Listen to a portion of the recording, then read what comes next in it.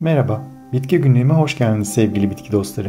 Bitkilerin dünyasına yaptığımız bu yolculukta her gün yeni bitkilerle tanışabilir, onların pek fazla bilinmeyen hikayelerini benden dinleyebilirsiniz. Dilerseniz hemen yeni bir bitkiyle daha tanışalım. Arpacık salibi ya da Latince adıyla Ficaria verna, düğün çiçeğigillerden yani Ranunculaceae familyasından çok yıllık otsu bir bitkidir. Önceden Ranunculus ficaria olarak sınıflandırılan bitkinin günümüzde Ficaria cinsinde 5 alt türü bulunur. Bitkinin adı Latince'de incir anlamına gelen ficus'tan gelir. Soyadı ise Latince'de ilkbahar demektir. Türkiye'de arpacık salibi ya da hemoroid tedavisine kullanıldığı için Baastrot olarak bilinir. Yabancı dillerde ise yaban kırlangıç otu, incir düğün çiçeği, selendin ya da selidonia olarak bilinir. Arpacık salibi ılıman iklimlerde doğal yayılım gösteren, soğuklara dayanıklı bir bitki olarak ana vatanı olan Avrupa, ülkemizi de içine alan Batı Asya ve Kuzey Afrika'da görülebilir. Bitki zaman içinde Avustralya ve Japonya gibi uzak ada ülkelerine kadar dünyanın pek çok yerine yayılmıştır. Hatta ben de kendisine İstanbul'dayken ilkbaharda yaptığım orman yürüyüşlerimde pek çok kez dere kenarında meşe ağaçlarının gölgesine rastlamıştım. Arpacık salibi genellikle nemli orman topraklarında yetişir. Dere kenarları gibi yarı gölgeli ortamları sever. Fakat açık alanlarda da görülebilir. Fakat onu yaz ortasına kadar görebilirsiniz. Sıcaklar başladığında kuruyup toprak altına çekilme eğilimi gösterir. Ficaria verna bilimsel olarak ilk kez 1753'te Carl Linnaeus tarafından Ranunculus ficaria adıyla tanımlanmıştır. Daha sonraları İngiliz botanik uzmanı William Hudson 1762 yılında bu türe yeni bir cins adı vererek bu bitki için Ficaria verna ismini kullanmıştır. Yani bitki ilk olarak Avrupa'da tanımlanmış, ardından İngiltere'de Hudson tarafından yeniden sınıflandırılmıştır. Arpacık salibi bilim dünyası tarafından sınıflandırılmadan önce de Avrupa'da ve Batı Asya'da yüzyıllardır tanınmaktaydı. Arpacık salibi kısa boylu, yayılıcı ve sürünücü bir otsu bitkidir. Yaprakları adeta yağlı gibi görünen parlak koyu yeşil renkte, kalp biçimli ve etlidir. Yaprakları genellikle tüysüz ve pürüzsüzdür. Çiçekleri ilkbaharda Mart ile Mayıs ayları arasında görülür. Tekil ya da küçük demet halinde açan çiçek başı açık sarıdır ve yağ lekesine benzer izler taşıyan 8 ya da 12 adet parlak taç yaprağı sahiptir.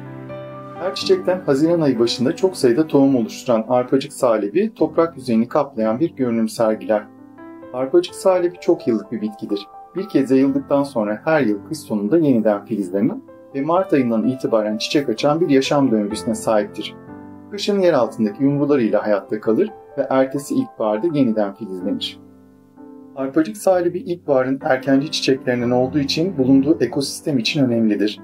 Çiçekleri açtığında arı ve böcekler için değerli bir nektar kaynağı oluşturur. Özellikle yeni uyanan kraliçe yaban arıları ve diğer erken ortaya çıkan tozlaştırıcı böcekler için besin sağlar. Bu sayede yararlı böcek popülasyonlarına destek verir. Öte yandan bitki istilacı özellik gösterip çok fazla yayıldığında ise diğer yerli ilkbahar endemiklerini geri planda bırakabilir. Amerika Birleşik Devletleri Yeşil Alan Koruma verilerine göre arpacık salibi erkenden gelişerek toprağı kaplar ve örtüsünü genişleterek yerli yaban çiçeklerinin, örneğin çuha çiçekleri, çeşitli yonca türleri gibi orman bitkilerinin çoğalmasını ve dolayısıyla onlara bağımlı olan böceklerin hayatta kalmasını zora sokabilir. Ayrıca bu bitki insanlar ve hayvanlar için toksik olduğundan deri döküntüleri ve sindirim sorunlarına yol açma potansiyeli taşır. Sonuç olarak arpacık salibi göründüğü kadar masum olmayan bir bitkidir. Bitkinin tüm kısımları zehirlidir. İçerdiği protoanemonin maddesi tahriş edici özellik gösterir.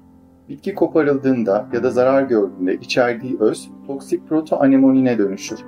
Bu safhada bitkinin özü deriye temas ettiğinde kaşıntı, kızarıklık, kabarcık veya yara benzeri döküntülere neden olabilir. Yanlışlıkla çiğ halde tüketilmesi halinde ise kusma, ishal, mide ağrısı ve ağız boşluğunda ülser gibi sindirim sistemi rahatsızlıkları ortaya çıkar.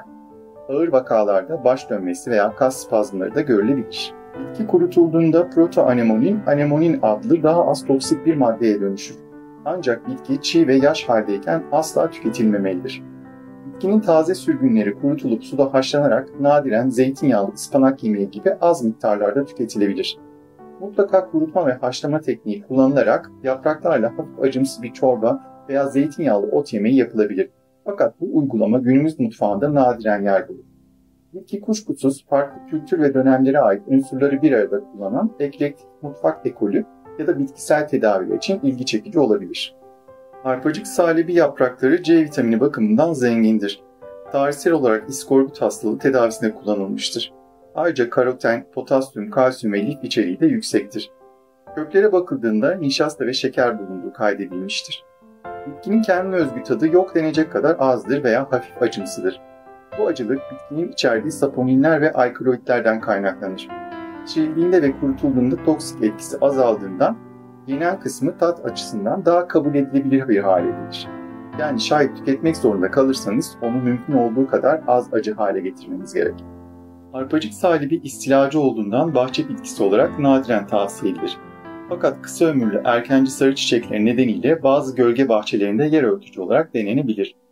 Arpacık salibi genellikle tohumlarından ve yumruları ayrılarak çoğaltılır.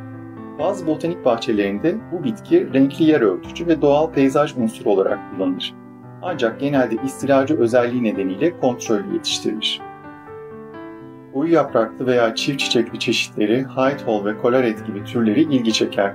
Zaman içinde Jacqueline, Anita ve Florence gibi çift veya turuncu çiçekli, farklı yaprak desenlerine sahip yeni melezleri de geliştirilmiştir. Bu çeşitler genellikle yabani türlere göre az istilacıdır. Fakat İngiltere'nin kıdemli bahçıvanları genellikle arpacık salibi için Amerikan emperyalizmi benzetmesi yaparlar. Yani ona bir kere bulaştınız mı kurtulmanız biraz zor olabilir.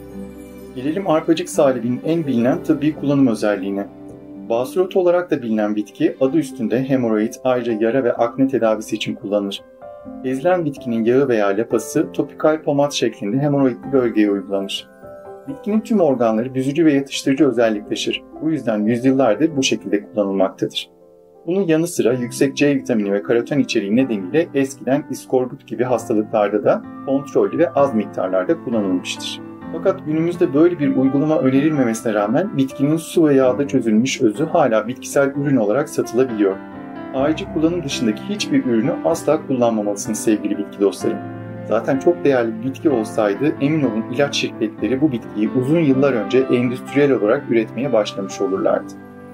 Arpacık salibi genel anlamda baharın müjdecisi olarak kabul edilen çiçeklerdendir. Çiçek dili yorumlarına göre sevindirici haber, yenilenme ve yeniden doğuş anlamlarına gelir.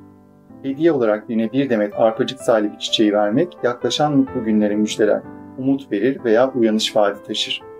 Özetle kırlangıçların gelişini ve ilkbaharın başlangıcını müjdeleyen altın sarısı çiçekleri sayesinde arpacık salibi geleceğe dair umudu simgeler. Yapraklarının kalp şeklinde olması nedeniyle folklorik olarak bitkinin yumrularının aşk acısını dindireceğine inanılır. Avrupa kökenli bir inanışa göre ise arpacık salibinin yumrularını cebinizde taşımanız kötü enerjileri sizden uzak tutar. Bir başka inanışa göre ise bu çiçeği mahkemelerde yakanıza takmak sizi atılan iftira ve haksızlıklardan korurmuş. Ayrıca bitki korunma büyülerinde ve ruhsal arınma törenlerinde güneş enerjisinin temsilcisi olarak kabul edilmiş, parlak sarı çiçekleri güneşle ve yenilenmeyle ilişkilendirildiği için güneş veya ateş temalı ritüellerde kullanılmıştır. Romantik büyülerde ise arpacık salibi sevgiyi uyandırıcı ve artırıcı bir sembol olarak kullanılmıştır. Rüyada bu çiçeği görmek, sezgi ve içsel bilgilere dayalı bir gelişme, umut dolu bir başlangıç yaşanacağı şeklinde yorumlanır. Astrolojiye göre kalp çakrası ve güneşle ilişkilendirilen bitki Aslan burcunun çiçeğidir. Bu videoyu da arpacık salibi çiçeklerinin bir hayranı olan ve ona birçok şiirinde yer veren ünlü İngiliz şair William Wordsworth'un Küçük Kırlangıç Otu şiirinden bir mısra ile noktalayalım. Hercai menekşeler, zambaklar, düğün çiçekleri ve papatyalar. Varsın olsun hak ettikleri övgülerle yaşasınlar. Ufukta batan bir güneş var olduğu sürece ihtişamlarını koruyacaktır çuha çiçekleri. Mor menekşeler var oldukları müddetçe başka hikayelerde yer bulacaktır her biri. Ama öyle bir çiçek vardır ki sadece benim olmalıdır. O da bu küçük kırlangıç otudur işte.